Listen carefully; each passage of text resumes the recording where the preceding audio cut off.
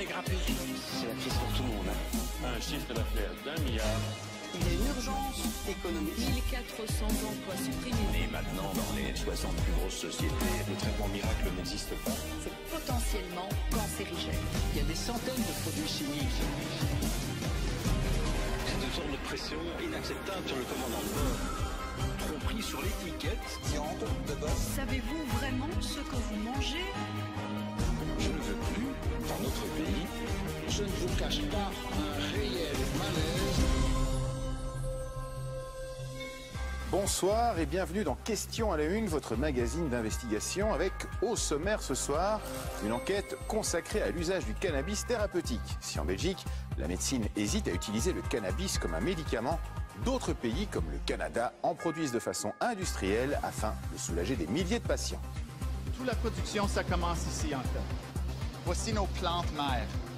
Dans cette pièce-là, c'est toujours le printemps. Donc voici les plantes qui sont en floraison. Ça, c'est la coffre-fort. On peut entreposer 150 millions de dollars de cannabis.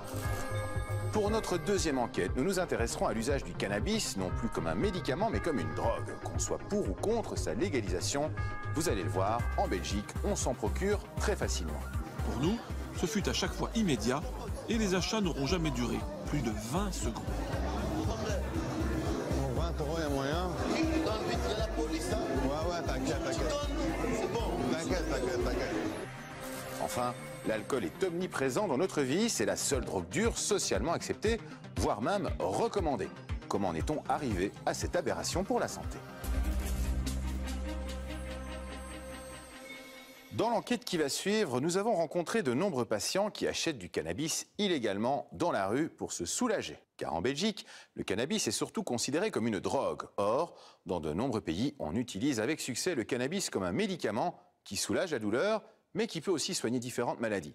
Les résultats sont prouvés scientifiquement et cet usage thérapeutique a engendré également un business florissant, par exemple au Canada où nous nous sommes rendus. Alors pourquoi chez nous a-t-on accumulé un tel retard au détriment de nos patients ? Voici l'enquête d'Olivier Badard et de Jacques Smal.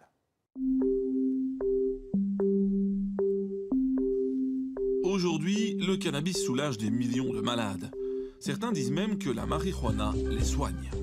Une chose est sûre, l'usage de cette plante, interdite chez nous, augmente le stress. C'est pourquoi tous nos témoins resteront très discrets.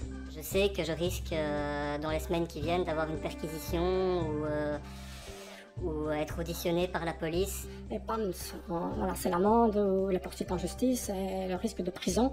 C'est dommage que je doive être dans l'illégalité pour pouvoir me soigner. Nous rencontrons d'abord celui que nous appellerons John, un jeune homme meurtri physiquement et psychologiquement par une maladie honteuse. La maladie de Verneuil se caractérise par l'apparition de nodules et d'abcès provoqués par une inflammation des glandes sudoripares. Les zones intimes sont particulièrement concernées. Quand un abcès s'active, ça peut durer 1 mois, 2 mois, comme ça peut durer une semaine. Ça va de l'aisselle à la région périanale, en passant par les entrejambes, les entrefesses, les fesses. Et ça provoque des douleurs vraiment horribles. Opéré à plusieurs reprises, John a rapidement perçu les intérêts thérapeutiques du cannabis. La douleur ne disparaît pas complètement, mais elle est fortement atténuée. Je dirais de l'ordre de 80 à 90%. Il y a aussi tout l'aspect antidépresseur qui est très important. La maladie de Verneuil force beaucoup les personnes qui ont des abcès à rester chez soi. Et donc la vie sociale en pâtit, la vie professionnelle en pâtit. Et le cannabis permet un petit peu de s'évader, de penser à d'autres choses. Et pour trouver les alternatives aux joints, le jeune homme arpente Internet en espérant passer au travers des mailles des autorités. Ce cannabis séché, par exemple, peut se consommer en vaporisateur. Commandé en Suisse, il est quasiment totalement dépourvu de substances psychotropes. Il n'en est pas moins interdit chez nous. John a également essayé le cannabis alimentaire avec cette huile aux effets antalgiques de très longue durée. La maladie de Verneuil est une maladie qu'on ressent comme honteuse. Et en plus de ça, on doit se cacher d'un produit qu'on consomme pour aller mieux. Donc c'est deux aspects qui sont vraiment très difficiles à gérer d'un point de vue émotionnel.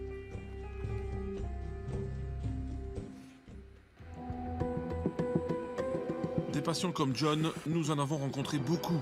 Souvent arrivés au bout de leur traitement classique aux médicaments, ils consomment du cannabis pour mettre leur douleur entre parenthèses. Le cannabis, un traitement pour les uns, une chimère pour les autres. D'où notre question aujourd'hui, cannabis, un médicament efficace ?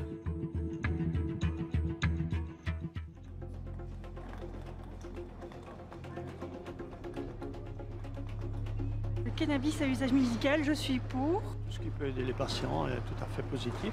Je ne sais pas.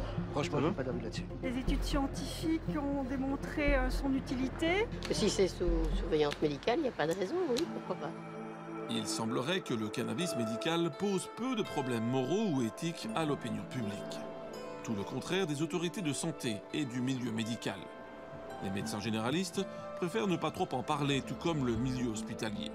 Pourtant, plusieurs infirmières nous ont confirmé que le cannabis était présent dans la pharmacie de leur service, en soins palliatifs notamment. La question dérange, nous attendons d'ailleurs toujours la réponse officielle de certains hôpitaux contactés. En Belgique, la situation est simple. Un seul médecin se bat ouvertement pour un usage médical du cannabis, le professeur Lossignol. Il s'occupe de l'unité de la douleur à l'Institut Bordet à Bruxelles. Bonjour, bonjour. Son avis est pragmatique avant tout. Dans l'ensemble du monde médical, ce produit est extrêmement peu connu, si ce n'est dans son usage festif qui n'a absolument rien à voir avec l'usage thérapeutique. Ce médicament a un effet sur les voies de la douleur. Si un patient ressent un effet bénéfique et qu'il estime qu'avec cela il se sent mieux que s'il prenait d'autres médicaments, pourquoi l'en empêcher? Pourquoi lui éviter l'usage pour des raisons qui échappent complètement à l'entendement? Et ce qui dépasse l'entendement auprès des malades, c'est l'accès au cannabis à 2 vitesses. Josiane souffre de fibromyalgie. Ces médicaments ne l'aident plus vraiment. Donc, les douleurs sont diffuses dans tout le corps. Donc ça part des cervicales qui descendent dans les trapèzes, le dos, les jambes. Il y a aussi le syndrome des jambes sans repos.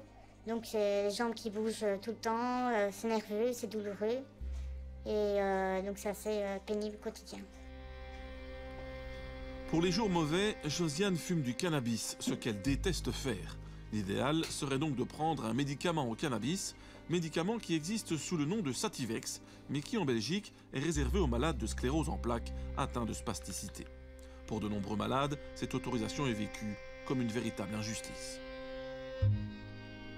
C'est incompréhensible parce que c'est des maladies totalement différentes, mais la souffrance, c'est une souffrance. Donc pourquoi pas la fibromyalgie, pourquoi la sclérose en plaques? Donc oui, on s'en lésé.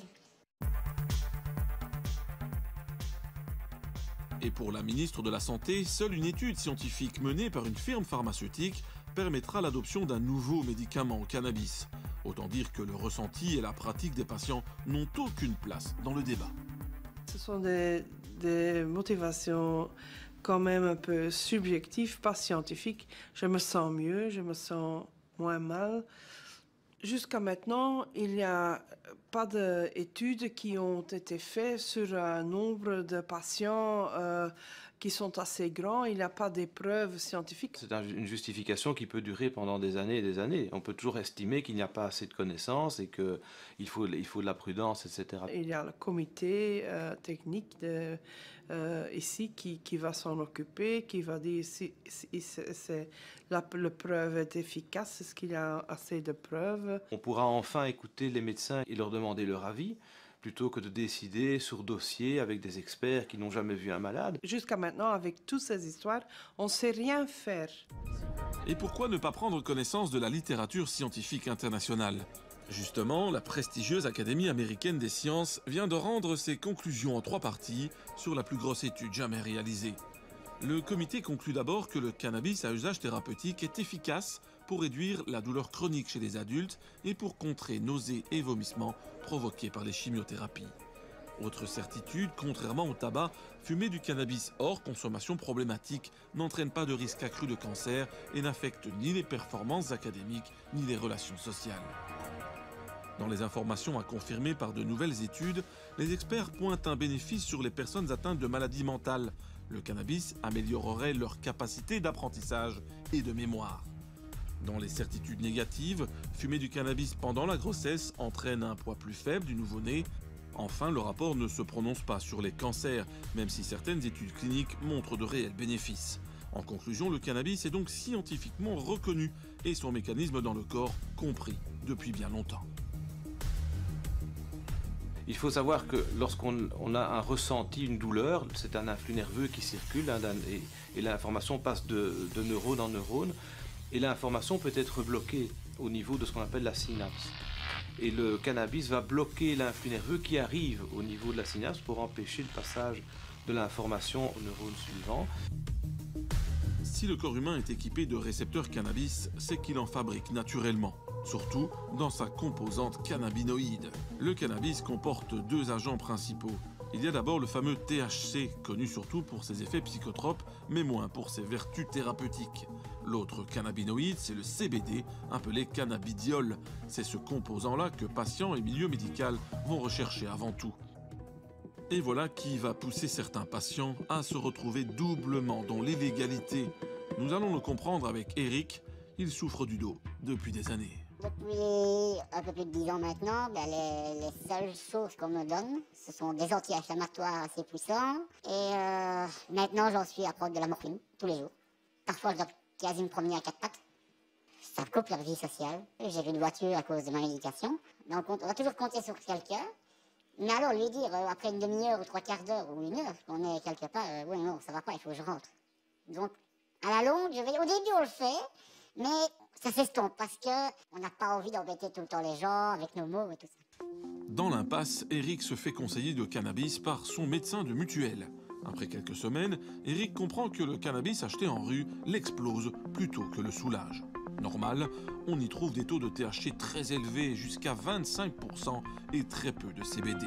Pour Eric, une seule solution, faire pousser chez lui, en toute illégalité, la variété de cannabis médical qui lui convient. Il n'y a pas d'effet psychotrope comme si on fumait un joint ou comme si on prendrait un verre d'alcool. Alors ça dure, dans mon cas, 3-4 heures. Pour faire bouger les mentalités, notre témoin a été jusqu'à écrire au gouvernement, expliquant sa pratique et ses étonnants bénéfices médicaux. Ma consommation de morphine a été divisée plus ou moins par 4. Les anti-inflammatoires, j'en prends tous les 2-3 jours, au lieu de 1 à 2 par jour. En Belgique, en fait, je sais pas moi, ils bougent pas. À croire qu'ils ne croient pas les expériences des autres pays. Il y a des preuves à travers le monde que ça marche et ils trouvent tous les prétextes de dire non. En effet, pourquoi ne pas étudier ce qui se passe dans les pays autorisant l'usage médical de la marijuana? D'autant que ces pays ne manquent pas. Observez cette carte mondiale qui, chaque mois, accueille un nouveau membre. Parmi ces pays, nous avons décidé d'étudier la situation du Canada. Le Canada autorise le cannabis médical depuis plus de 15 ans. Aujourd'hui, 120 000 Canadiens disposent d'une prescription officielle de cannabis et 40 000 rien qu'au Québec.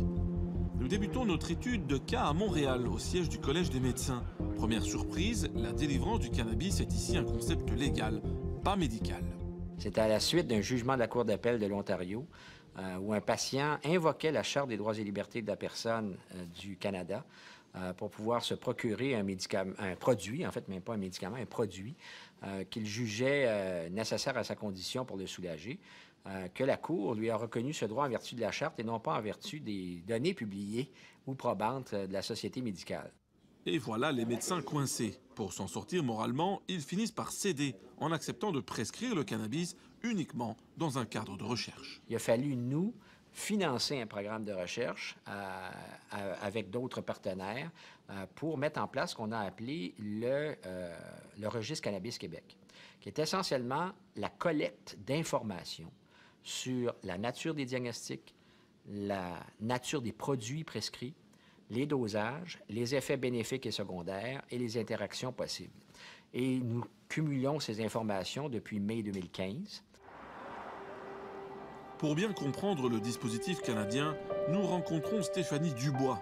Atteinte d'endométriose, elle bénéficie du programme de délivrance depuis 2 ans, un programme qui, dit-elle d'emblée, lui a sauvé la vie.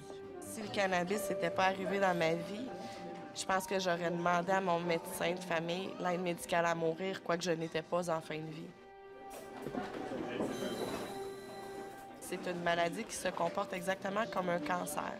Donc, c'est des cellules de l'endomètre qui se mettent à se multiplier de façon anarchique et qui peuvent aller se répandre partout, au niveau pelvien, au niveau de l'abdomen. Mais ces cellules-là peuvent partir dans la circulation et aller se loger sur les poumons, sur le cerveau aussi. Tu n'en décèdes pas, mais tu peux extrêmement... tu peux avoir une qualité de vie complètement pourrie, là.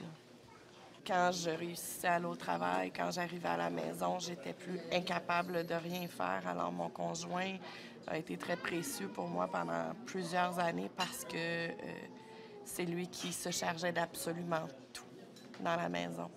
Les enfants, le souper, le ménage, tout. Parce que moi, j'arrivais chez moi, je m'installais sur mon divan avec mon pad chauffant, mon pad électrique sur le ventre. Je voulais mourir.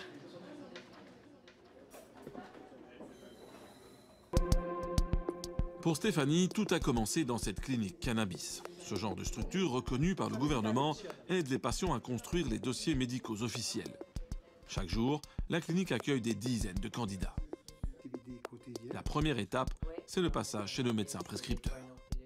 Si avant de venir ici, c'était 10 sur 10 votre douleur, c'est où maintenant avec notre balance des traitements cannabis médical, quoi? 6-7, mais les bonnes journées, c'est 1-3. Ah, incroyable. Oui. Le médecin va commencer par dresser un bilan médical et étudier la médication, souvent très lourde, des patients. Donc, j'ai pu prendre ma bicyclette pour aller au travail. C'est juste une 10 minutes. Mais je suis capable... C'est un début, c'est un commencement. C'est un commencement. Bravo, bravo. Excellent. Moi, j'ai des patients, douleur chronique, ne peuvent pas travailler. Avant, ils ont pris 2-3 sortes d'analgésie, 2-3 sortes de médicaments contre les effets secondaires, quelque chose pour sommeil, pour l'anxiété, pour dépression, au moins 7-8 médicaments. Calculez combien ça coûte et calculez combien ça coûte le cannabis. C'est beaucoup moins. Évidemment, un tel substitut aux médicaments pourrait ennuyer les firmes pharmaceutiques. Selon le Dr Dworkin, voilà pourquoi les études classiques manqueraient sur le sujet. Il y a une politique autour de ça. Pourquoi dépenser des millions de dollars pour faire une vraie étude avec une plante que les gars peuvent pousser dans leur jardin? On ne peut pas gagner d'argent après. En effet, une étude vient de déterminer que si tous les États américains légalisaient le cannabis médical, l'industrie pharmaceutique perdrait annuellement 4 milliards de dollars. Pour les patients de la clinique cannabis qui reverront le médecin tous les 3 mois, reste à déterminer le taux de THC et de CBD de la prescription et surtout la manière de consommer. Un travail réalisé en étroite collaboration avec ce que l'on appelle ici un éducateur. Je peux presque pas dormir, des fois des nuits de 3-4 heures. J'aimerais trouver quelque chose qui pourrait me donner une bonne nuit. Tu peux prendre 1, 2, 3 inhalations, tu peux le mettre de côté, attendre peut-être un 5 minutes, voir comment est-ce que tu te sens. Puis si tu sens que tu pourrais en avoir davantage de besoin, tu pourrais le reprendre à ce moment-là, reprendre encore quelques inhalations, y aller graduellement comme ça, afin d'éviter comme justement les effets secondaires, puis afin d'obtenir ton objectif, là, justement. Pour moi, travailler ici, c'est extraordinaire parce qu'il vient chaque 3 mois et s'est dit, Dr. Dworkin, merci beaucoup, ça a changé ma vie. Ça a changé ma vie. Je dis, je vous en prie.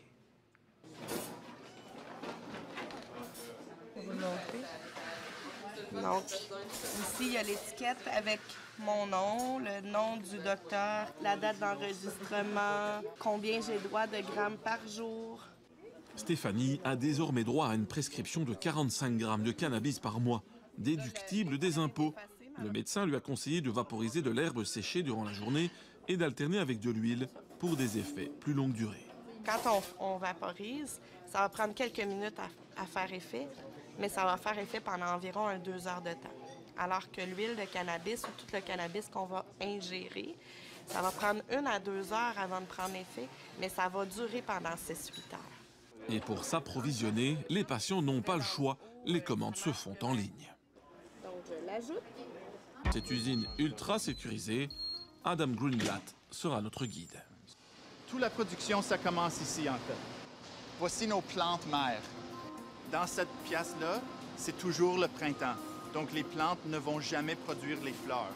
Donc, en les gardant dans cette phase végétative, on peut prendre des boutures qui sont identiques génétiquement. Et c'est aussi une façon de s'assurer que les plantes sont femelles. Parce que c'est les plantes femelles qui produisent les fleurs, qui sont riches en cannabinoïdes, qui sont les agents actifs dans la plante de cannabis. Donc, voici les plantes qui sont en floraison. Donc, tu peux voir que les fleurs sont bien formées, qui sont givrées avec une résine qui contient les cannabinoïdes. Ça, c'est la coffre-fort. On peut entreposer 150 millions de dollars de cannabis. Toutes les commandes qui sont faites sur notre site web par nos clients, donc c'est rempli et c'est envoyé d'ici. On fait de l'exportation en Allemagne où le cannabis médical vient de se faire légaliser. Et c'est sûr qu'on a un grand plan d'affaires d'expansion internationale, puisqu'il y a de plus en plus de juridictions qui légalisent le cannabis, soit à des fins médicales ou même plus que ça. Retour au Collège des médecins, qui reconnaît aujourd'hui l'utilité du cannabis médical, notamment sous cette forme d'huile. De produit suspect, le cannabis est donc passé, en quelques années, à un médicament à développer. On est à l'aube de recherches futures qui vont peut-être plus documenter ou permettre le traitement de ce produit-là, comme n'importe quel médicament, ce qui aurait dû être le cas dès le départ. On n'a ni pour ni contre ce produit-là en particulier, tant mieux s'il peut être utilisé. La question, c'est de savoir comment bien l'utiliser. C'est ça qui est la vraie question. Aujourd'hui, le feu vert est donc donné, même aux hôpitaux chargés de déterminer les bonnes pratiques. Des pratiques qui parfois posent question, comme l'a constaté Annabelle Blais. Cette journaliste a testé le système de délivrance de cannabis médical canadien, avec, vous allez le voir, quelques surprises à la clé. Pour le reportage, on a décidé je ne vais pas me faire passer pour une malade chronique ni une cancéreuse. On veut tester le système comme il est. Donc, moi, je dis, bon, je suis stressée, je mange pas beaucoup, je dors mal. J'ai payé 400 $ à peu près. J'ai eu un rendez-vous par Skype avec un médecin. Et après 3-4 minutes, là, il m'avait confirmé qu'effectivement, il allait me prescrire du cannabis. Après, il m'a expliqué un peu comment la différence entre indica, sativa, un peu le b.a.-ba du cannabis. Les résultats sont impressionnants. Ils posent problème quant au contrôle du système. Le maximum par mois, défini par la loi, c'est 150 grammes.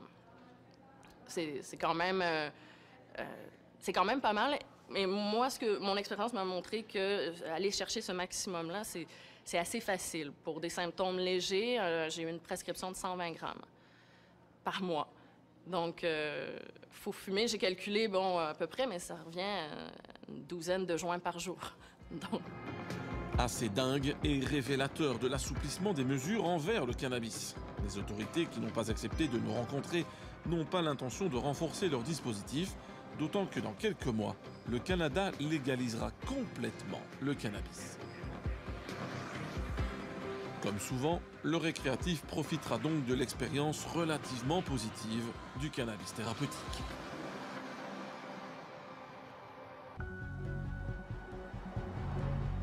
Retour en Belgique, aux antipodes de la légalisation. Évidemment, expliquer aux patients belges la réalité canadienne, c'est s'exposer à un certain énervement. Particulièrement de la part de ceux qui explorent tous les moyens légaux pour pouvoir accéder un jour au cannabis médical. Nous en avons rencontré deux pour faire le point avec eux en guise de conclusion. Le premier point de friction pour ce patient, c'est son statut de malade délinquant. On assimile ça à la toxicomanie. Je trouve ça triste que du coup on ne nous écoute pas parce qu'on nous considère avant tout comme des toxicomanes et non pas comme des patients qui cherchent une solution parce que les médicaments n'ont pas réussi à eux seuls à apporter le confort dont on avait besoin. Donc ce qu'on cherche en fait c'est un confort de vie et donc on rencontre un manque total de compréhension et d'humanisme, tout ça parce que c'est un produit qui n'est pas accepté, pas légalisé. Autre souci pour cet homme physiquement atteint, l'idée insupportable que le manque de volonté politique profite depuis des années aux vrais criminels de la rue. On nous envoie vers le marché criminel intensivement. Moi, je ne suis pas d'accord avec cette façon de procéder. Je ne pense pas que ce soit moralement acceptable déjà, ni légalement acceptable. Tant s'ils sont contents avec ça et que ça leur convient, qu'il y ait du cannabis qui tue, qui est en train de circuler en Europe. Le plus intéressé à savoir ce qu'il y a dans la pizza, du cheval ou du bœuf, que ce genre de choses-là, où là on envoie 400 000 personnes à la boucherie, quoi. Ça, c'est la responsabilité politique. Cet autre témoin combat le cancer de son épouse depuis des années. Eh bien voilà, je viens encore de trouver une nouvelle étude où ils avancent sur le myélome, les ratios de THC-CBD. Les résultats montrent que plus de 60% des cellules cancéreuses meurent. Pour lui, il est temps de dénoncer le rôle des firmes pharmaceutiques. Interlocutrice privilégiée des autorités, elle bloque toute avancée. Je pense que les preuves sont là. On a évidemment l'industrie pharmaceutique qui va lutter. Mais moi, je trouve ça tellement incroyable qu'on prescrive des drogues légales, comme de la morphine, qui tue des tas de gens tous les jours. J'ai vu ma femme qui ne savait plus marcher avec ça, qui allait mourir. Et ce cannabis l'a aidé entièrement. Je ne vois pas pourquoi on doit diaboliser le cannabis. Alors, des irresponsables, les médecins qui le prescrivent, des démons, des criminels, des patients qui se soignent au cannabis.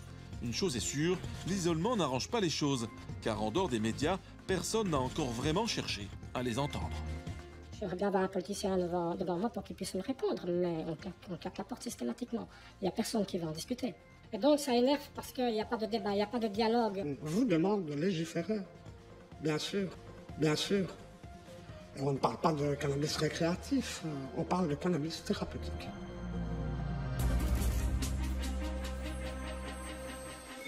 Le cannabis possède donc de vraies vertus thérapeutiques et il semble incompréhensible qu'en Belgique, on reste insensible aux bienfaits du cannabis utilisé comme un médicament. Car on l'a vu, son usage dans les pays où il est légal apporte bien plus d'avantages que d'inconvénients. Notre deuxième enquête sera également consacrée au cannabis, mais pour son usage récréatif cette fois. Car qu'on le veuille ou non, le cannabis est partout. Des centaines de milliers de Belges en consomment et sa prohibition coûte des centaines de millions chaque année à l'État belge. Alors faut-il légaliser le cannabis comme d'autres pays l'ont déjà fait, avec des résultats étonnants?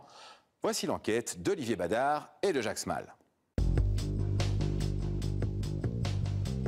Ce matin, la police de Mons a reçu du renfort dans la lutte contre les bandes urbaines. Oscar Papa pour Sonneray essaie d'arriver au niveau de la rue Chizer au possible. Ce jour-là, aucune bagarre entre jeunes, mais comme toujours, les fouilles de routine seront fructueuses. Tournez contre le mur sans le toucher, écartez vos bras, vos jambes et tournez vos pommes de main vers moi. Voilà, tout le monde sort les mains des poches, les sacs devant vous. Aujourd'hui, le cannabis est partout. Parmi les 15-16 ans, un jeune sur 5 en consomme régulièrement. On va vous demander de prendre toutes vos affaires et on va aller rejoindre le groupe là-bas. L'estimation du nombre total de consommateurs est d'1 demi-million. Ces trois filles étaient en train de consommer un joint et l'une d'elles est arrivée à tenter de dissimuler une boulette apparemment de la marijuana. Voilà. Des consommateurs en constante progression malgré une législation contraignante. Le cannabis est interdit aux mineurs. L'usage personnel est toléré, soit 3 grammes ou un plan.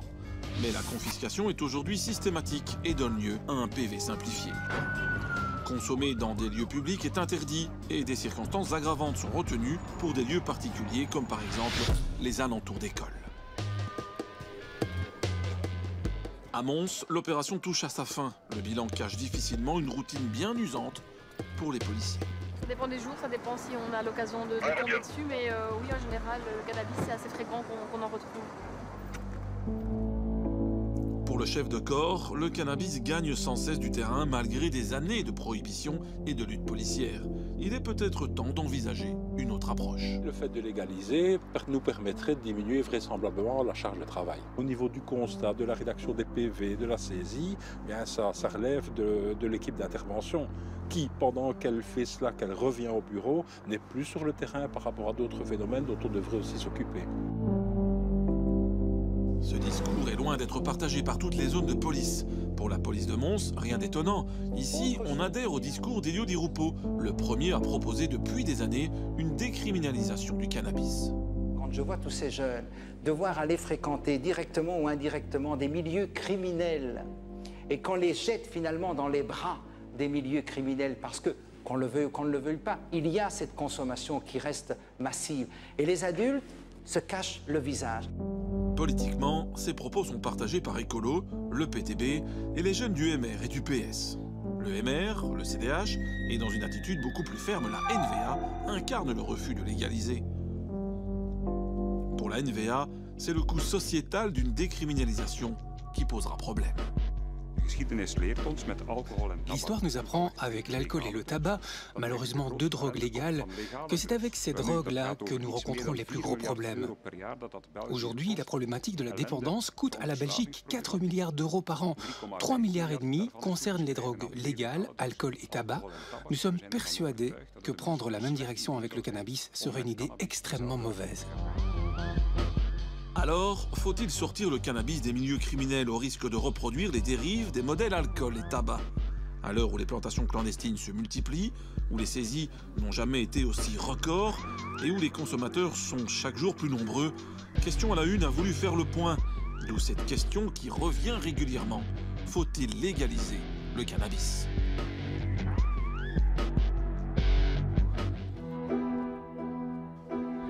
De toute façon, pour ou contre la dépénalisation, la situation est aujourd'hui celle d'un cannabis omniprésent, très facile à obtenir.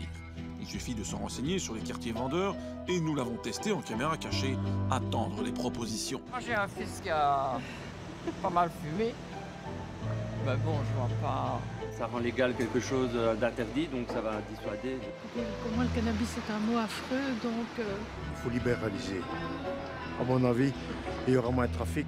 J'aime autant que ce ne soit pas des cannabis.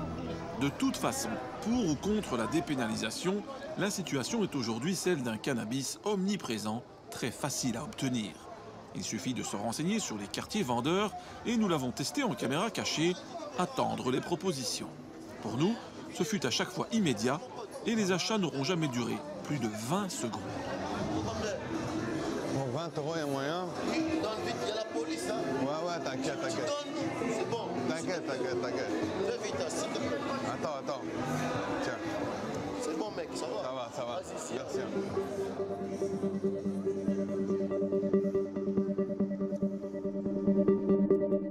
C'est au départ de ce double constat, le cannabis est partout et la prohibition est un échec, que tous les spécialistes de terrain réclament du changement depuis des années.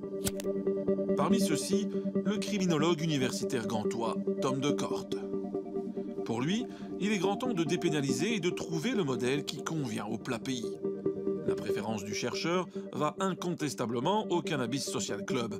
Ces structures, surveillées par les autorités, légalisent une communauté de consommateurs dans laquelle le contrôle social est très fort. Parce que ce sont des associations fermées et privées dans lesquelles vous devez être membre et qui ne vendent pas leur production de cannabis, mais qui la distribuent entre membres. C'est calqué sur le modèle d'une coopérative. Tom de Korte implore le gouvernement d'étudier le modèle de ces clubs légalisés. Avec deux autres experts, il a même écrit toute la marche à suivre pour réussir cette dépénalisation. Mais le vade-mecum n'a pas été soutenu politiquement. Plus sévère encore, la justice et le ministère public ont fermement rappelé, après des années de relative tolérance, que les clubs sociaux n'avaient aucune légitimité. Il s'agit clairement de faciliter à autrui l'usage des stupéfiants. On le cultive pour vous, on s'en occupe. C'est une infraction pénale qui est punissable jusqu'à 5 ans d'emprisonnement. Et la loi prévoit aussi que la circonstance que l'infraction à la loi sur les drogues est commise en association, donc porte la peine à un seuil supérieur de 10 ou 15 ans d'emprisonnement. 10 à 15 ans d'emprisonnement, c'est donc ce qu'encourent les responsables anversois de Trekuplant, le plus ancien cannabis club du pays. En juin dernier, 3 responsables du club ont été incarcérés. Voici leur sortie de prison au terme de 3 semaines de préventive. Quant au club de Namur, son procès a été reporté en septembre, alors que celui de Tournai a été démantelé devant la cour d'appel de Mons. Son jeune responsable, arrêté avec 11 plans, a été condamné à une peine de travail de 200 heures ou à 12 mois de prison. Pour son avocat, la justice se trompe. Les poursuites en matière de cannabis, c'est un total échec. Je crois que du côté du parquet, c'est-à-dire du côté des poursuites, on l'oublie un peu trop souvent, c'est que une initiative de Social Cannabis Club, c'est pour éviter de passer par l'intermédiaire d'un certain nombre de trafiquants. Comment ne pas défendre ce point de vue qui me paraît tout à fait essentiel? Vous savez, c'est un peu comme le raisonnement par rapport au port du casque ou la ceinture de sécurité. Dire je suis libre, je fais ce que je veux, oui, mais on impose le port de la ceinture ou le port du casque parce que potentiellement, si vous ne le faites pas, vous risquez de générer un coût pour la société que vous n'allez pas être capable de prendre en charge. Reste que les professionnels de terrain n'en démordent pas. Le club social ferait beaucoup mieux que l'actuelle prohibition. Et les preuves existent, paraît-il, en Espagne.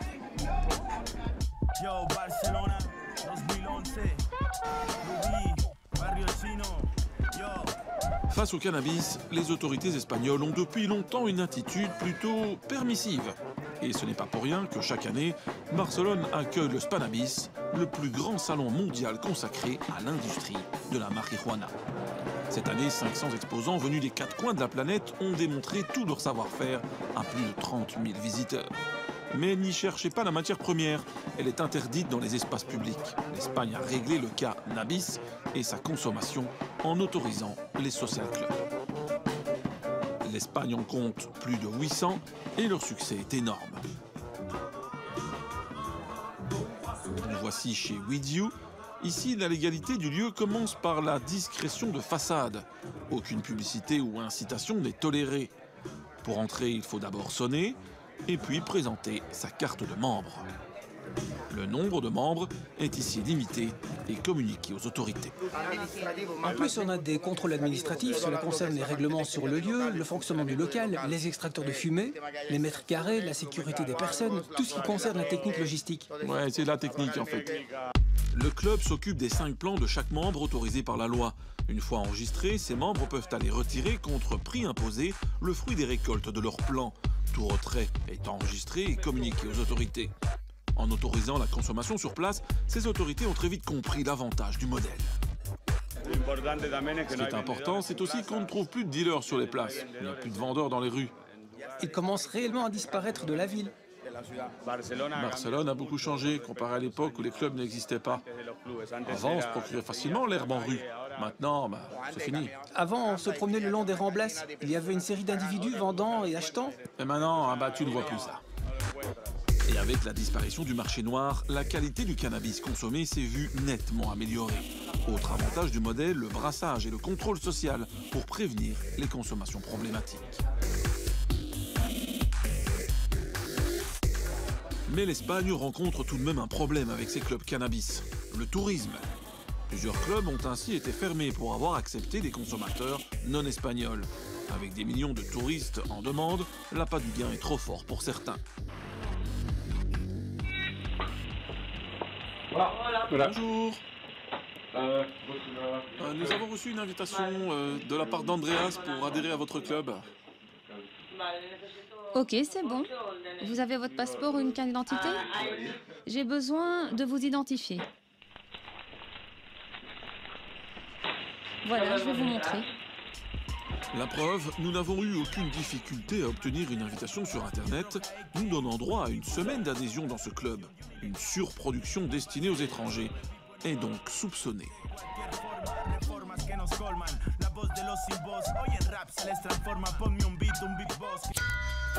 Retour en Belgique, où contrairement à l'Espagne, tout le monde se cache, même les profils les plus respectables. Cet homme d'affaires, par exemple, a demandé l'anonymat. Consommateur responsable, tout le monde ignore cependant sa pratique. J'ai envie de dire, celui qui boit de l'alcool, c'est pas forcément un alcoolique. Et il y a des manières responsables de consommer autant l'alcool que le cannabis. On n'est pas forcément à l'aise par rapport à des personnes inconnues ou même l'entourage d'avoir cette plante-là qui est dans beaucoup d'esprits mauvaise, drogue, danger. Dans ma famille, certaines personnes disent celui qui consomme ça, il va finir dans le caniveau. Comme on dit, vivons heureux, vivons cachés. Ce qui nous préoccupe évidemment beaucoup, ce n'est certainement pas la détention pour usage personnel de 2 ou 3 grammes de cannabis, mais par contre le développement assez extraordinaire des plantations de cannabis à grande échelle, voire à échelle industrielle, avec beaucoup d'organisations criminelles néerlandaises qui descendent en Belgique installer des plantations. Et donc ça, oui, effectivement, c'est un gros problème. Un gros problème justement généré par la prohibition. Et pour nous le faire comprendre, les pro-légalisations nous ont inspiré cette animation. Au début, la répression crée la pénurie et donc la montée des prix. Une demande forte, des prix élevés, c'est une rentabilité assurée pour de plus en plus de producteurs. Le cannabis est partout. De plus en plus riches, les producteurs sont de plus en plus ingénieux et agressifs pour protéger leurs activités. La lutte demande de plus en plus de moyens aux autorités. Leur budget restreint les oblige alors à cibler les actions sur les plus petits producteurs, plus vulnérables. Le marché est laissé aux gros producteurs qui font la loi, d'où des qualités de cannabis déplorables ou dangereuses, pesticides, métaux lourds et taux de THC explosifs, jusqu'à 30%. En plus, la prohibition coûte cher, des centaines de millions par an mal dépensés à en croire les experts. Il faut donc libéraliser. Tout ce qui concerne les sanctions et les enquêtes sur les délits coûte énormément d'argent. Et cela ne donne rien. Aucun effet positif sur le marché du cannabis. Alors que cet argent pourrait être bien mieux investi dans la prévention, en structures d'aide et dans la mise en place d'un système légalisé. Ce modèle décrit existe aussi. Et cette fois, c'est aux États-Unis que nous sommes allés l'étudier.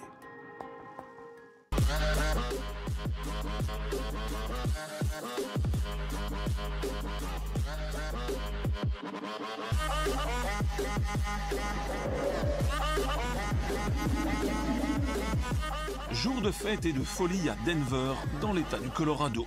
C'est le 4/20, le 20 avril, jour anniversaire où l'on fête la marijuana en face du Capitole.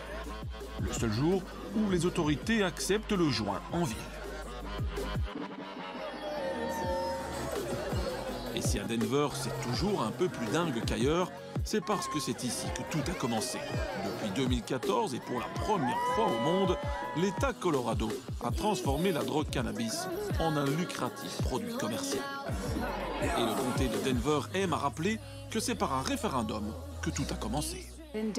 Ici, à Denver, dans notre ville, la légalisation a obtenu 66% des votes. Nous avons compris que les citoyens nous avaient réellement donné mandat pour légaliser le cannabis et pour mettre en place une nouvelle structure efficace.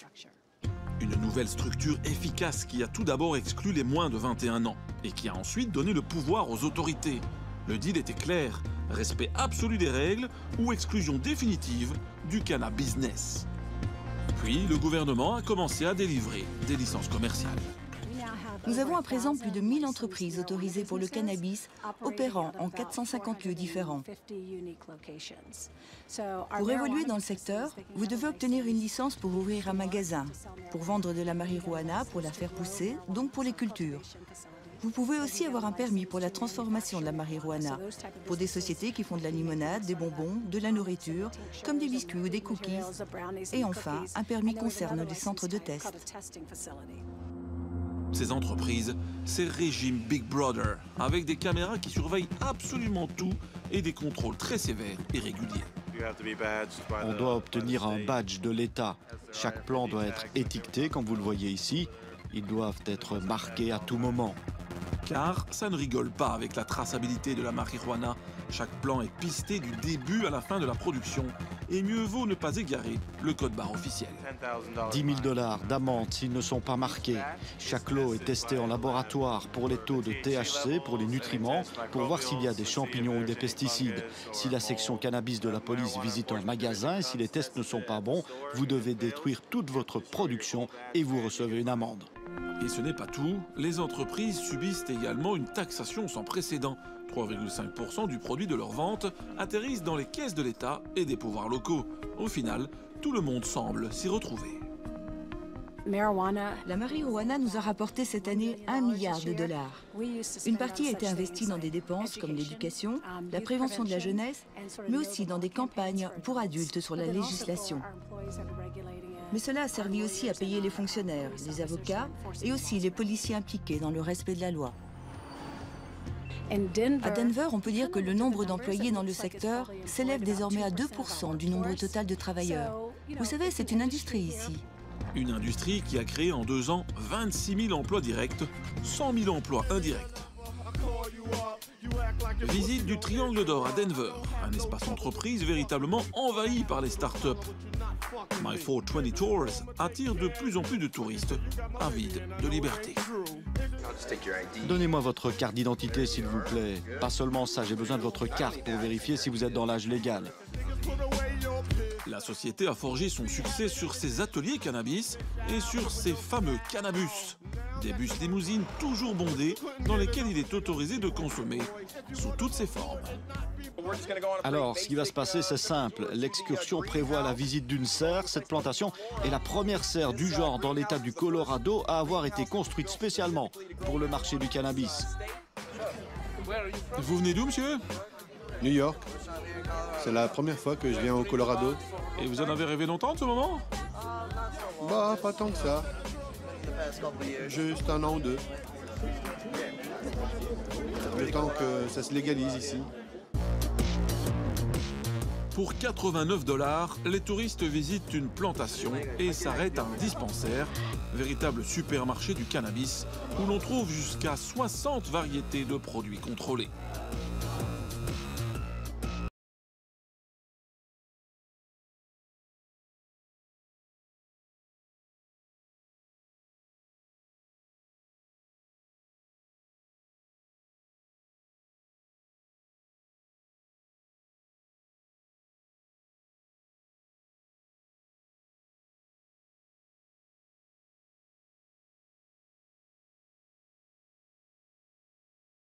Du lieu, une tahitienne installée à Denver, les pistes d'enrichissement dans le marché sont infinies. C'est ça, je pense, qui est le plus excitant dans cette industrie, c'est qu'il y a énormément de choses à faire et il faut trouver les choses qui vous passionnent.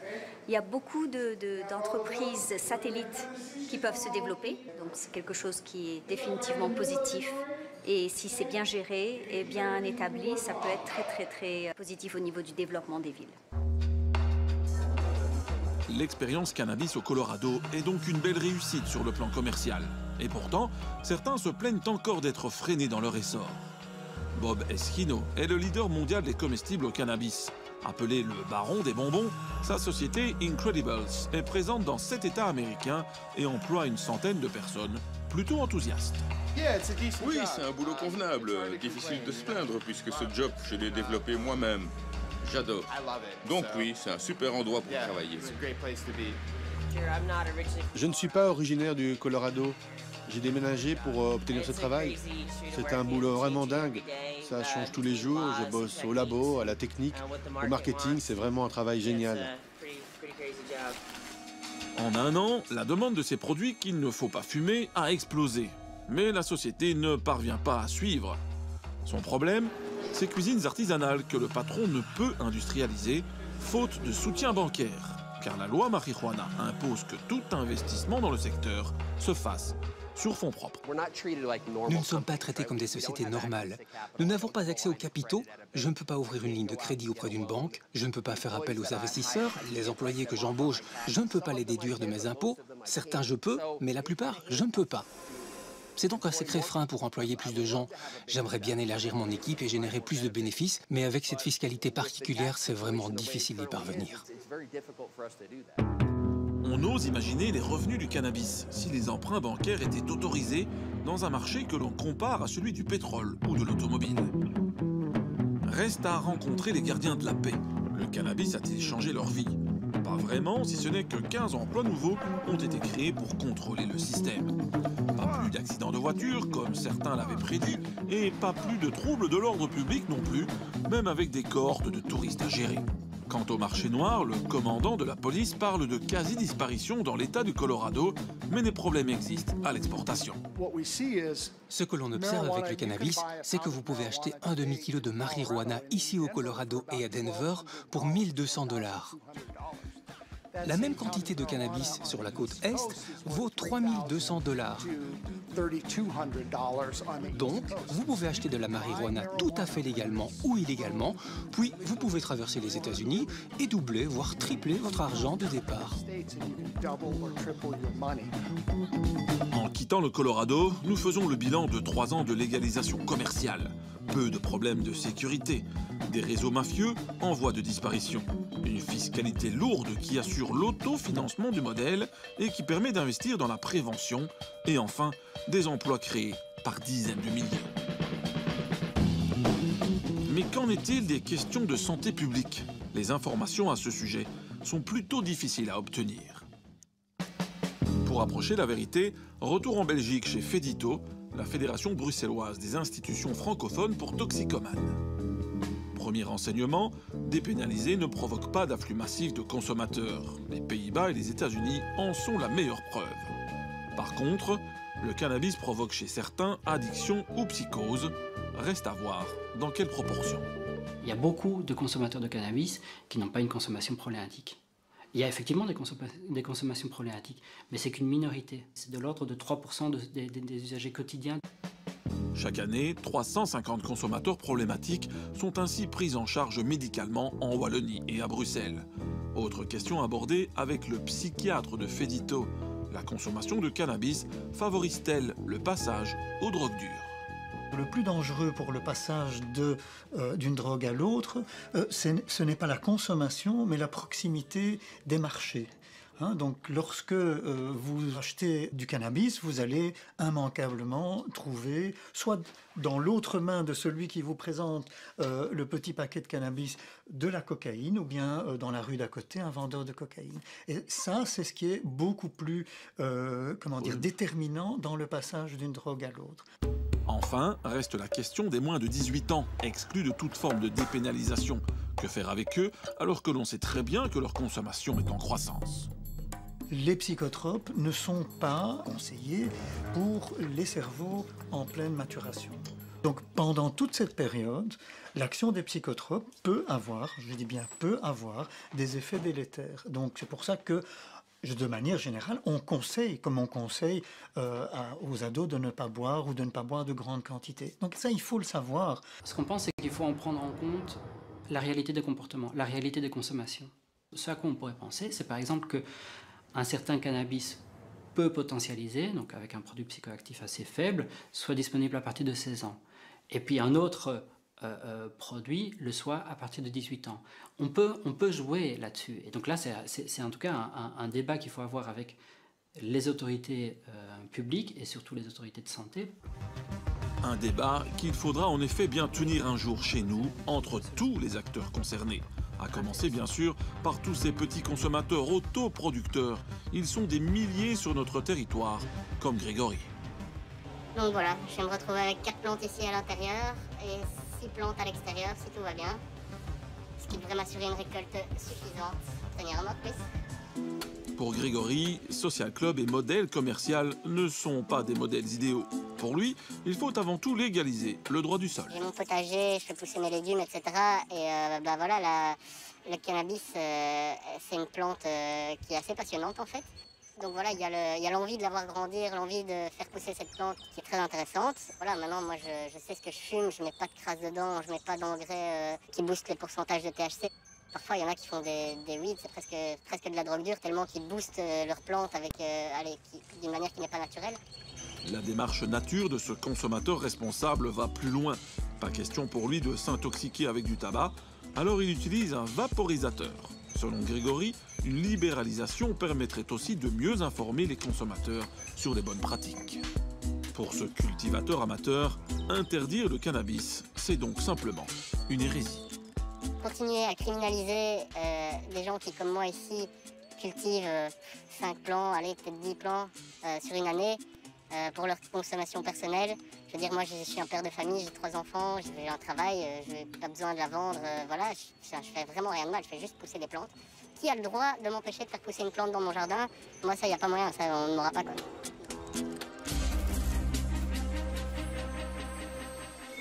Alors, faut-il légaliser le cannabis? Au vu de notre enquête, les arguments en faveur de sa légalisation semblent nombreux. Prohibition coûteuse, sans résultat significatif, alors qu'une fois encore, les pays qui l'ont légalisé semblent en tirer plus d'avantages que d'inconvénients. Nous serons de retour dans quelques instants pour parler d'une autre drogue, totalement légale cette fois, l'alcool, avec cette question provocante, sommes-nous tous alcooliques? Il est seulement 15 h et ces étudiants se retrouvent autour d'une girafe de bière. C'est 3 litres, c'est 3 litres. 3 litres de bière. Vous buvez 3 litres à 6. Ouais. 6, oui, c'est ça. C'est pas trop? Non. Ça passe. On a l'habitude. On est en plein après-midi, là, c'est pas trop dur après de repartir? On n'a pas cours On n'a plus cours après.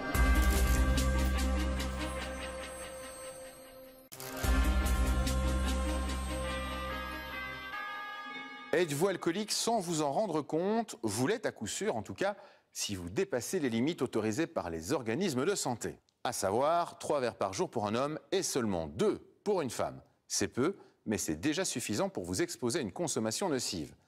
Car n'oubliez pas que si c'est une drogue légale et totalement banalisée, l'alcool reste une drogue potentiellement dangereuse.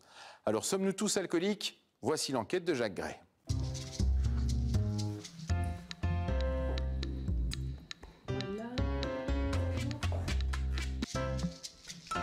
C'est un geste quotidien, ouais. Au maximum tous les 2 jours, on va dire. Allez, mais on peut dire quotidien, ouais. C'est-à-dire avec chaque repas, vous ouvrez une bouteille? On apprécie, ouais. Alors je la mets entre les jambes, voilà. L'ouverture de la bouteille de vin. Un son tout simple mais tellement familier. C'est déjà en une seconde la promesse d'un moment de détente et de plaisir. La petite formule pour se rappeler.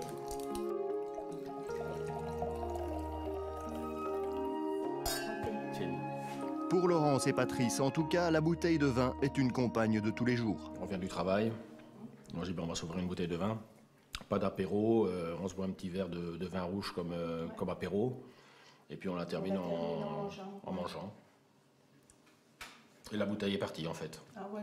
Si on l'ouvre, on la vide de toute façon. Ouais. Le vin accompagne tous vos repas? Ouais. Vous avez parfois pensé que vous étiez potentiellement dépendant ou pas? Non. Du verre de vin ou de la bière ou de l'alcool en général? Non, je pense pas non plus, non. S'il fallait, bien sûr, on saurait s'arrêter. Ouais. Avec difficulté, pour moi plus, mais bon, malgré tout on saurait le faire, ouais. Si le deuxième est aussi bon que le premier.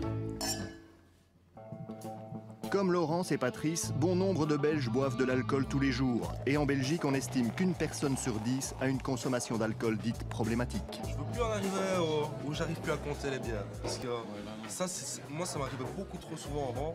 Le seuil de 3 verres pour un homme et 2 pour une femme est celui au-delà duquel il y a une prise de risque. L'alcool, on peut le trouver presque partout et quasiment tout le temps, un produit qui pourtant se classe parmi les drogues. Non, je crois que l'alcool n'est pas une drogue. L'alcool est clairement une drogue, il n'y a personne qui peut le contester. Drogue légale et accessible, l'alcool en Belgique et dans le monde, c'est aussi une très grande puissance économique. Les lobbies de l'alcool sont extrêmement puissants, ça fait partie des principaux lobbies au niveau de l'Europe. Il y a une publicité massive qui est faite, je trouve, auprès d'un public de plus en plus jeune. Je pense que le tout, c'est une question de volonté. On n'est pas encore au stade d'alcoolique. Et si l'alcool a des effets réputés positifs? Je crois en tout cas qu'il n'y a pas de mal à boire une petite bière. La bière, ça conserve. C'est aussi un danger potentiel et un enjeu crucial pour les politiques de santé publique. Ça ne m'inquiétait pas. Je n'avais pas encore pris conscience que je buvais trop. Nous n'avons pas de politique alcool au jour d'aujourd'hui. Donc ça, par rapport à d'autres pays, oui, c'est une grosse lacune. Un plan alcool est vraiment nécessaire. Profondément ancré dans notre mode de vie, l'alcool est omniprésent. Alors, sommes-nous tous alcooliques? Un Belge sur 10 boit de manière excessive et ils sont encore bien plus nombreux à ne pas en être conscients. Depuis plusieurs années, la consommation quotidienne d'alcool en Belgique est en augmentation. Les enquêtes de santé publique montrent qu'en 1997, 8% des 15 ans et plus consommaient de l'alcool tous les jours. En 2013, ce chiffre est passé à 14%. Et au sein de la population belge, une personne sur 10 présente une consommation d'alcool dite problématique. Pour définir cet usage problématique, des seuils ont été fixés. Il y a des balises qui sont proposées par l'OMS, l'Organisation mondiale de la santé, qui dit qu'il n'y a pas d'égalité des sexes d'ailleurs en la matière, qui dit que pour les femmes, il ne faut pas dépasser 1 à 2 verres par jour, et avec une nuance importante, 1 à 2 jours d'abstinence par semaine. Pour les hommes, toujours 1 à 2 jours d'abstinence par semaine, c'est essentiel, et 2 à 3 verres par jour maximum. Une dose, c'est une bière de 25 centilitres, un verre de vin de 10 à 12 centilitres ou un shot d'alcool, 3 centilitres, ça c'est une dose d'alcool. 3 doses par jour pour un homme et 2 pour une femme. C'est les recommandations classiques. Si on est au-delà de ça, on a une consommation qui va être considérée comme excessive. Donc on peut déjà évacuer un mythe, il n'y a ni alcool fort ni alcool faible. C'est de l'alcool éthylique dans toutes les boissons. Et ces boissons, normalement standardisées, font toutes à peu près 10 grammes d'alcool pur. Alors récapitulons, si donc dans chacun de ces verres standards on trouve 10 grammes, soit une dose d'alcool, sachez qu'une bière spéciale correspondra souvent à environ 2 verres standards. Le seuil de 3 verres pour un homme et 2 pour une femme est celui au-delà duquel il y a une prise de risque. Il n'y a pas de dégâts, il n'y a pas de conséquences directes et immédiates liées à cette consommation. Le risque est potentiel, mais il est clairement identifié. Du coup, quand on aime boire un verre, ou 2, ou 3, ou un peu plus... La troll, la pêche melbuche, blanche neuve, tarte de cerise, bière de saison, bûche blonde et bûche ambrée. Il y a de quoi se poser des questions sur sa consommation d'alcool. C'est ce qu'a fait Philippe. Depuis quelques mois, il a décidé de marquer dans son agenda les jours où il n'en boit pas une goutte. Mais je voulais un petit peu me situer et un petit peu voir où étaient les frontières de l'addiction. Mais le soir, quand j'ai pas bu un seul verre de la journée, j'inscris un 0. Et je trouve que ça marche, ça incite un petit peu pendant la journée. On a envie de se dire, tiens, ce soir, je vais mettre mon 0. Par exemple, hier, je suis allé chez un ami et à 6 h du soir, j'avais déjà mis mon 0. Il voulait m'offrir un verre et j'ai dit non, j'ai déjà mis mon 0. Car évidemment, les occasions de boire un verre ne manquent pas. Ce jour-là, par exemple, Philippe a rendez-vous avec quelques amis. Alors là, c'est l'heure de l'apéro? C'est l'heure de l'apéro. Ce sera pas un jour 0, quoi. Devine que les copains sont là. Oui, ce sera pas 0 ce soir. Je vous prenez une que là-bas. Doucement. Ben, Un petit chop. Hein. Un petit chop. Victor. Un vin blanc, bon. Un vin blanc. Madame Chantal. 2 bières à vin blanc, s'il vous plaît. La bière en Belgique, quoi, c'est pire que de l'eau bénite, quoi. Si Jésus il avait été ici, il aurait transformé l'eau en bière et pas en vin, quoi, en fin de compte, quoi. Donc non, c'est dans leur culture, quoi. Vous avez une idée du nombre de bières que vous buvez comme ça par jour? Par jour, allez, je vais dire 5, 6. Ça vous semble normal? S'il vous plaît? Ça vous semble normal comme consommation? Oh, tant qu'on le supporte. Santé. Santé. Que bien vous fasse. Monsieur l'ignore sans doute, mais avec 6 bières par jour, il boit donc 2 fois trop, si on s'en tient aux normes de l'OMS. Les gens sont souvent surpris des normes de l'OMS, ça c'est vrai. Ils sont souvent surpris parce qu'ils se disent mais enfin je les dépasse de façon... depuis très très longtemps, je les dépasse et je n'avais pas du tout conscience que c'était ça ce qui était considéré comme une consommation à moindre risque. Le site internet aidalcool.be permet à tout un chacun d'évaluer sa consommation. Il propose des tests mais aussi de l'accompagnement en ligne, des entretiens anonymes et gratuits avec des psychologues. Témoin du large public qui se pose des questions sur son rapport à l'alcool, depuis sa création en 2012, ce site a reçu près de 2 millions de visites. On observe plus de 50% de femmes, alors que nous, dans les centres spécialisés, on rencontre plus d'hommes que de femmes. On observe une majorité de personnes qui travaillent à temps plein, donc aussi 50% de gens qui travaillent à temps plein, donc qui n'ont pas l'occasion, avec leur travail, de venir se présenter dans les centres spécialisés non plus. On observe aussi qu'il y a à peu près 50% des personnes qui n'ont jamais demandé d'aide. La preuve que bien souvent, on ne prend pas conscience d'une éventuelle surconsommation. Quand Daniel a commencé à boire quelques verres, c'était dans le cadre de son travail et cela lui semblait tout à fait normal. On organisait beaucoup d'expositions, de conférences, débats, etc.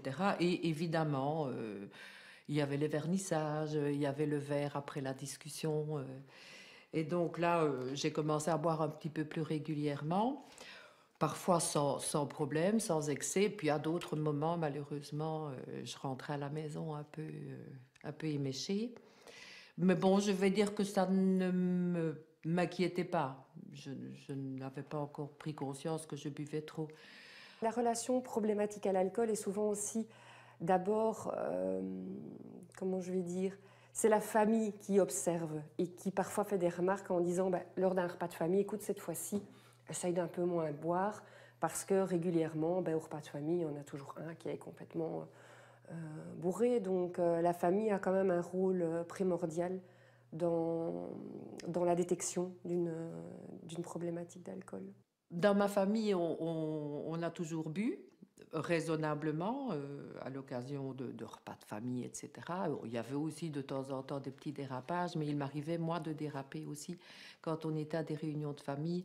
Et donc, j'avais des attitudes qui étaient tout à fait intolérables, évidemment. Je m'en prenais à tout le monde. Enfin, tout ça était vraiment très triste. Je le regrette profondément. Je buvais le soir, uniquement le soir, quand je rentrais. À 5h, 5h15, j'étais à la maison, premier verre de vin. Et beaucoup? Et puis, ça pouvait aller jusqu'à 2,5 litres, 3 litres. Par soir? Par soir, oui, c'était... Comment est-ce qu'on passe de cette consommation, on va dire, classique, normale, conventionnelle, à, justement, tout seul, 2-3 bouteilles de vin le soir? Je n'ai pas vraiment d'explication. On dirait presque qu'une fois que la pompe est amorcée, ça ne s'arrête plus. Peut-être que si j'avais pu résister au premier verre, j'aurais pas bu les suivants, mais dès que le premier était parti, et à ce moment-là, ça va très vite. Mais évidemment, le problème de toute drogue, c'est qu'on a tendance à augmenter les doses au fur et à mesure. Et donc, ce qu'on voit assez régulièrement, c'est que des personnes arrivent à un moment à respecter ces doses, mais augmentent petit à petit. Ça arrive souvent au cours de la vie adulte, et finissent par dépasser largement parfois ces doses. Donc, c'est souvent quelque chose d'insidieux, mais une consommation qui va augmenter petit à petit en dépassant les normes, en arrivant finalement à des choses très excessives. L'alcool est donc bel et bien répertorié comme une drogue, et comme toute drogue, l'alcool peut donc aussi parfois avoir des effets, disons, hallucinants. Il y a deux caractéristiques à un produit qui en fait une drogue ou non. C'est d'une part que ça peut engendrer une dépendance, qui n'est pas systématique, mais ça peut engendrer une dépendance, et deuxièmement que ça modifie la perception de notre environnement. Et l'alcool, clairement, peut engendrer une dépendance et peut modifier la perception de l'environnement. Et d'ailleurs, cette deuxième raison, c'est souvent pour ça qu'on le consomme. Différentes études ont montré qu'effectivement, en termes de toxicité sur les organes du corps, l'alcool était beaucoup plus toxique qu'à peu près toutes les drogues illégales et attaque plus d'organes, le cerveau, le foie évidemment, l'estomac et le système nerveux central en général. Et donc c'est un produit assez toxique, oui. La dangerosité pour la personne et pour la société est importante, donc elle rentre dans les critères qu'on donnerait à des drogues comme la cocaïne ou l'héroïne en termes de dangerosité. Sans parler du risque d'overdose, parce qu'on parle souvent des risques d'overdose mortels avec les drogues, l'alcool se classe dans les drogues pour lesquelles il y a le plus grand risque d'overdose mortelle.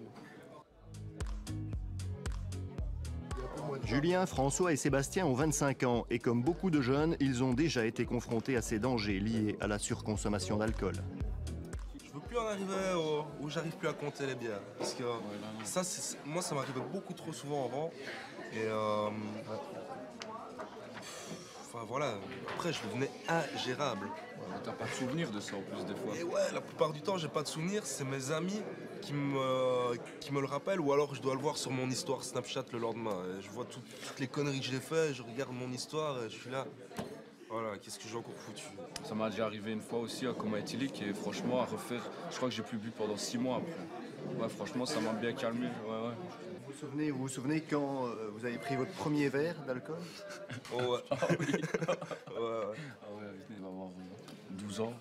Les bières traînées, rester ça dans le fond. Il faut essayer vu que les parents le font. C'est ça aussi, on est petits, les adultes le font tous, c'est l'ex-face. Pour moi, c'est pas un exemple de boire de l'alcool, mais vu que nos aînés le font, je vois pas pourquoi je ne le ferais pas. Bah, tout le monde sait qu'à Noël, même l'enfant qui a 10 ans, qui voit ses parents depuis des années boire la flûte de champagne, on lui fait une petite flûte. Mais on lui fait quand même une petite flûte. Dès l'enfance, c'est tout notre environnement social et culturel qui baigne dans l'alcool. Dick Tomaszowicz, lui, a étudié de près la place de choix que lui réserve le cinéma. L'alcool y est là aussi présent partout. Nous sommes sans doute exposés aux images de l'alcool avant, nous-mêmes, enfants, d'expérimenter l'alcool. Et je pense que c'est le propre du cinéma de nous apporter soit par procuration, soit par anticipation, des expériences que l'on ne vit pas encore, dont celle de l'alcool. Et je pense que tous, on a vu les résultats de l'ivresse, par exemple, au cinéma. Enfant, moi personnellement, je me rappelle très bien d'avoir vu E.T. en donné, enfant, et de m'être aperçu qu'un petit garçon, voilà, qui est ici, connecté à E.T., devient complètement ivre à son tour. C'est E.T. qui boit des canettes de bière et c'est le petit garçon qui en souffre et qui est frappé d'ivresse en plein milieu de son cours scolaire. Mais donc l'identification était très forte à ce moment-là. On voit un enfant comme on est. De la fiction à la réalité, il est seulement 15 heures et ces étudiants se retrouvent autour d'une girafe de bière. C'est 3 litres, 3 litres de bière. Vous buvez 3 litres à 6. Ouais. 6, oui, c'est ça. C'est pas trop? Non. Ça passe. On a l'habitude. On est en plein après-midi, là, c'est pas trop dur après de repartir? On n'a pas cours demain. On n'a plus cours après. On n'a plus cours demain, donc c'est pour ça qu'on peut se En fait, quand on rentre chez nous, après ça, on cote ici sur Louvain, on prend pas la voiture parce qu'il faut jamais prendre la voiture. Mais ça nous permet en fait de vraiment créer un débat autour du repas. Ça nous ouvre une autre ouverture au monde et à la politique. Mais ça, je pense qu'il n'y a qu'avec l'alcool que c'est possible. Parce que sobre, on ne sait pas avoir de discussions sérieuses. Et c'est facile de s'arrêter, comme par exemple après avoir bu comme ça une girafe à 6? Je pense que le tout, c'est une question de volonté. On n'est pas encore au stade d'alcoolique. Alors certaines études montrent effectivement que lorsqu'on commence à consommer de l'alcool trop jeune, on a plus de risques d'être alcoolodépendant à l'âge adulte. Donc il faut aussi quelque part retarder l'âge des premières consommations, mais à partir du moment où le jeune adolescent commence à témoigner de l'intérêt pour le produit, je pense qu'il vaut mieux en tant que parent, en tant que tuteur, eh bien, accompagner cela au même titre qu'un enfant qui commencerait à jouer avec des allumettes, du feu, on lui apprendrait que c'est dangereux, mais à un moment donné, il faudra bien qu'il puisse l'utiliser aussi et le maîtriser. Donc il faut faire la même chose avec l'alcool. Un apprentissage nécessaire, mais d'autant plus compliqué que le marketing a changé la donne en multipliant les gammes de produits. À l'époque, on apprenait à consommer de l'alcool avec du vin, de la bière, des produits assez classiques. On mettait peut-être un peu de grenadine dans sa bière pour faire passer le goût de l'alcool. Bien maintenant, les producteurs de boissons alcoolisées le font pour nous. Ils le font surtout pour les jeunes et pour les femmes. On voit apparaître des Hoegaarden rosés, des Kriek Light, des Bacardi Breezer et des Smirnoff Ice où le goût de l'alcool est imperceptible. Et donc on passe d'une limonade à une boisson alcoolisée sans s'en rendre compte. On buvait tout ça à l'époque. Et alors, je bus ça et ça passait bien en plus, comme du petit lait. Le but ici clair des entreprises qui fabriquent de l'alcool, c'est de se placer sur le marché des psychotropes. C'est d'entraîner ces jeunes personnes dans la consommation d'alcool en faisant d'eux des clients immédiats, mais surtout des fidèles clients potentiels futurs. Je pense qu'il faudrait réglementer la publicité, qu'il faudrait réglementer l'accès à l'alcool. Au jour d'aujourd'hui, essayez franchement d'envoyer quelqu'un de 15 ans au magasin chercher de l'alcool, il l'aura. C'est ce qu'on a fait. Fabien et Laetitia ont respectivement 14 et 15 ans. En théorie, donc, pour eux, il est interdit d'acheter de l'alcool. Pour la bière ou le vin, il faut avoir minimum 16 ans. Les alcools dits forts sont interdits au moins de 18 ans.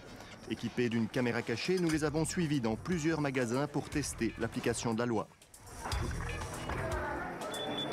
Parfois, on leur a refusé la vente. C'est interdit par la loi. Et la 16 ans. Ah non, on peut pas... Mais dans 3/4 des magasins visités, ils ont pu acheter ce qu'ils voulaient sans le moindre problème.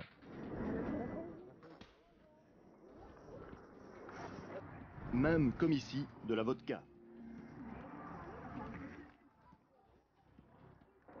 Et 2 heures plus tard, voilà le résultat de cette tournée des commerces. On vous a demandé une pièce d'identité pour vérifier l'âge parfois? Non, aucune. Sur les 8 fois, non. Ils n'ont rien demandé. Il y a des choses qui vous ont étonné dans cet après-midi? Oui, pour la bouteille de vodka, on nous a pas refusé, donc c'était facile de l'acheter. Oui. On nous a rien demandé, pas l'âge, rien. Aujourd'hui, plus personne ne sait à qui on peut vendre quoi. Donc il faut clarifier cette législation de manière à la rendre plus simple. Une fois qu'on a une loi plus simple, c'est plus facile de faire de l'éducation. Et c'est plus facile aussi de convaincre notamment les commerces de respecter cette législation, qui aujourd'hui d'ailleurs n'est absolument pas respectée. L'alcool serait-il au-dessus des lois? Ses pleins pouvoirs lui valent en tout cas de se retrouver en vente vraiment partout en Belgique. Trouver de l'alcool à la sortie de l'autoroute, à la pompe à essence, c'est un non-sens quoi. On dira que c'est pour que les passagers puissent boire pendant que Bob conduit, et Bob ce jour-là il prend la route de Düsseldorf. Le salon Provine de Düsseldorf, c'est le temple du commerce des vins et des spiritueux. 6 000 exposants, 50 000 visiteurs en 3 jours, une des plus grandes foires commerciales en Europe. C'est un peu comme le salon d'auto comme on connaît à Bruxelles, c'est les nouveautés, il y a un nouveau modèle, il y a un nouveau vin, un nouveau cépage. On a whisky, vodka, tequila, des nouveautés, brandy, des liqueurs. Tout ce qui est exotique, pisco, tequila, cachaca. Donc maintenant, cachaca avec les Jeux olympiques de Brésil. Donc il y a certainement les grandes surfaces qui vont jouer là-dessus. L'événement Bordeaux, c'est 4 milliards d'euros de chiffre d'affaires et 2 milliards d'euros en exportation. Donc un salon comme Provine est un salon important puisque quasiment la moitié de notre chiffre d'affaires se fait à l'exportation. Ici, c'est un défilé incessant de verres et de bouteilles. On boit, on déguste et surtout on parle affaires et gros contrats. Des contrats et des grosses ventes qui s'annoncent aussi dans cette distillerie belge en pleine production d'un apéritif aux fruits des bois, une série spéciale Euro 2016. On a prévu 70 à 80 000 bouteilles sur les 2 mois qui suivent pour anticiper évidemment l'activité de la Coupe d'Europe qui aura lieu au mois de juin. Et ça fait vendre plus le fait d'associer notamment à l'événement sportif? C'est du marketing, on s'allie à une partie de la festivité autour de l'équipe nationale et on a eu il y a 2 ans lors de la Coupe du Monde un beau succès avec un style d'action similaire. Et donc tout laisse à croire que si les Belges jouent convenablement, on devrait en tout cas pouvoir consommer pas mal de ce produit. Nous sommes à 18% d'exportation, avec principalement évidemment ce produit-ci, mais une bonne partie des autres produits que nous fabriquons. Nous exportons principalement sur l'Europe, mais aussi sur des pays comme les États-Unis, le Japon, Dubaï, le Canada, etc. L'alcool belge se vend donc dans le monde entier. Chaque année, cette distillerie en écoule au total 1 million de bouteilles. Une production qui n'est d'ailleurs qu'un échantillon de l'ampleur du marché des vins et des spiritueux en Belgique. Le secteur de vins et spiritueux représente tout de même une valeur ajoutée de 2,6 milliards d'euros pour l'économie belge. Ceci se reflète dans un niveau d'emploi de 35 000, à la fois direct qu'indirect. Et du côté de l'industrie de la bière, quand on parle chiffres, ça mousse et ça mousse encore plus. La valeur économique ajoutée du secteur brassicole en Belgique est à plus de 1% du produit intérieur brut. Donc ça concerne plus ou moins 4 milliards d'euros, donc c'est très important. Plus de 50 000 emplois directs et indirects. Dans l'économie belge, l'alcool, c'est donc au total plus de 6 milliards d'euros et 85 000 emplois directs et indirects. Le secteur de l'alcool est un secteur très puissant.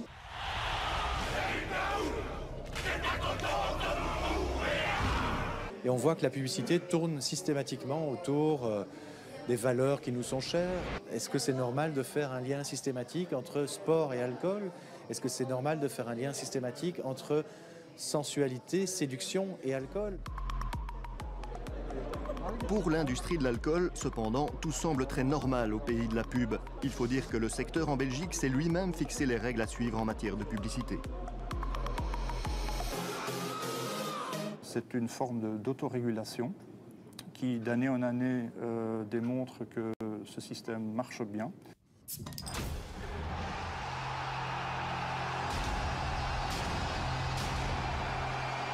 C'est un code qui émet des règles strictes en Belgique pour la publicité concernant les alcools.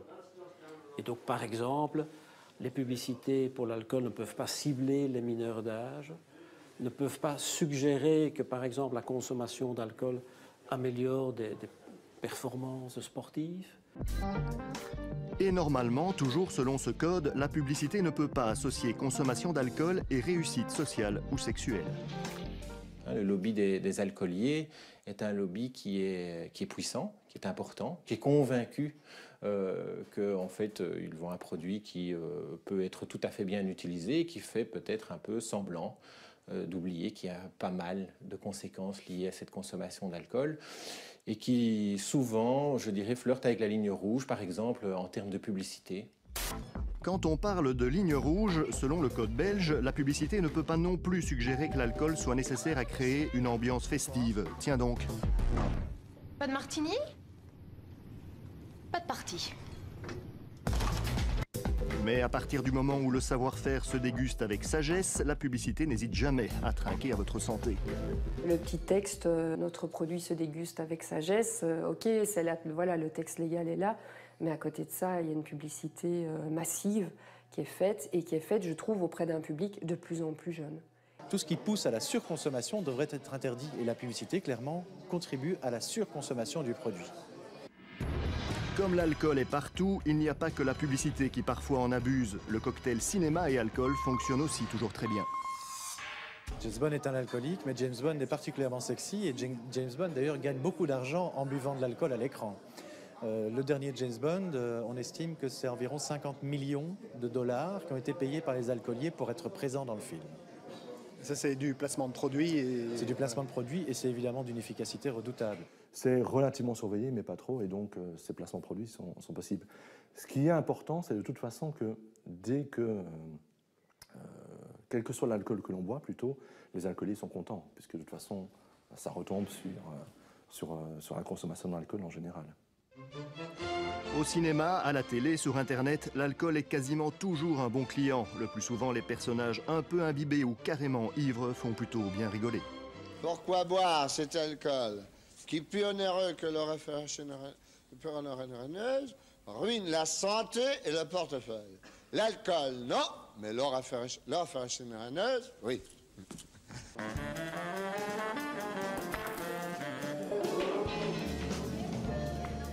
Même si pour Bourvil, l'alcool ruine la santé, pour beaucoup, boire un petit verre, ça ne peut faire que du bien.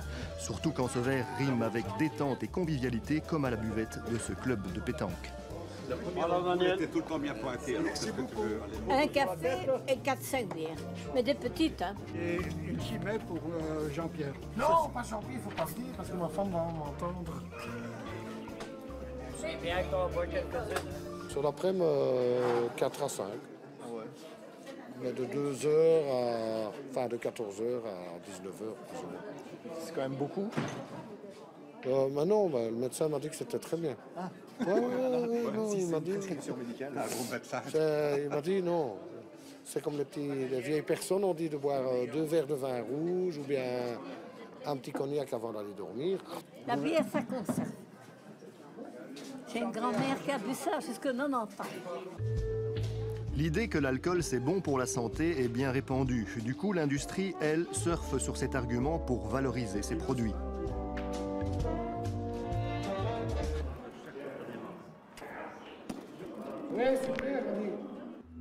Sur le site internet des brasseurs belges, on trouve ainsi une série d'exemples des effets positifs de la bière sur la santé, avec toujours évidemment la précaution de la modération.